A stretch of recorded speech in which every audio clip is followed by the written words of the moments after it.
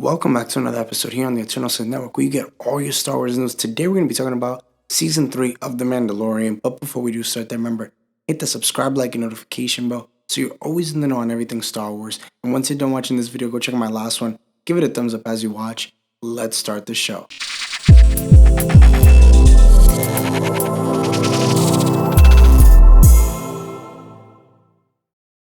So, Pedro Pascal wasted no time in talking about Season 3 of The Mandalorian and talks about how much the world opens up, and particularly in terms of the Mandalorian mythology, adding delicious doors open flying wide open.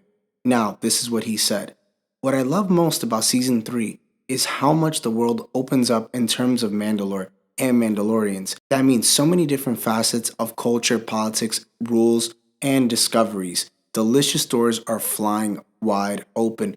Pascal's co-star Katie Sackhoff, who does play fellow Mandalore Bo-Katan, added to the hype, saying that the new episodes are so big, so bold, and so different. And as for her character, Sackhoff added that Bo-Katan will be dealing with her complicated past and asking herself what's the family she's going to be choosing. And this is what was said. We know the family that she was born into. Now, what's the family that she's going to choose? What does that even look like? This season is going to have a lot in store for the fans and us overall. I mean, I don't think Season 3 is going to miss a beat. This is going to be an all-out civil war. Now, when Lucasfilm announced the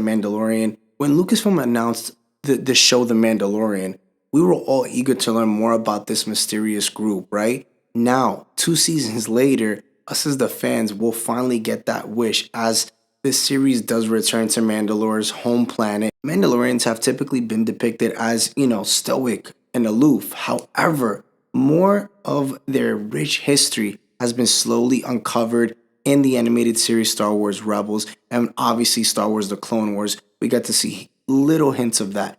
Now, hints of this backstory have been highlighted in previous seasons of The Mandalorian as well, particularly as Din began to meet more of his own people. And as soon as Pascal's character came into Bo-Katan, it was clear their upbringing as Mandalorians was completely different, which is something that will hopefully be explained in the upcoming episodes and Season 3 of The Mandalorian. And I definitely can't wait because I think that Din and I think that Bo-Katan are going to work well together when it comes to joining and possibly creating something in Season 3 of The Mandalorian, because we know that they're not going to be going up against each other. The biggest threat to them is going to be Moff Gideon. And like I said before, we've talked about it here, where I wouldn't be surprised if Thrawn gets a reference in this because we already heard his name in Season 2.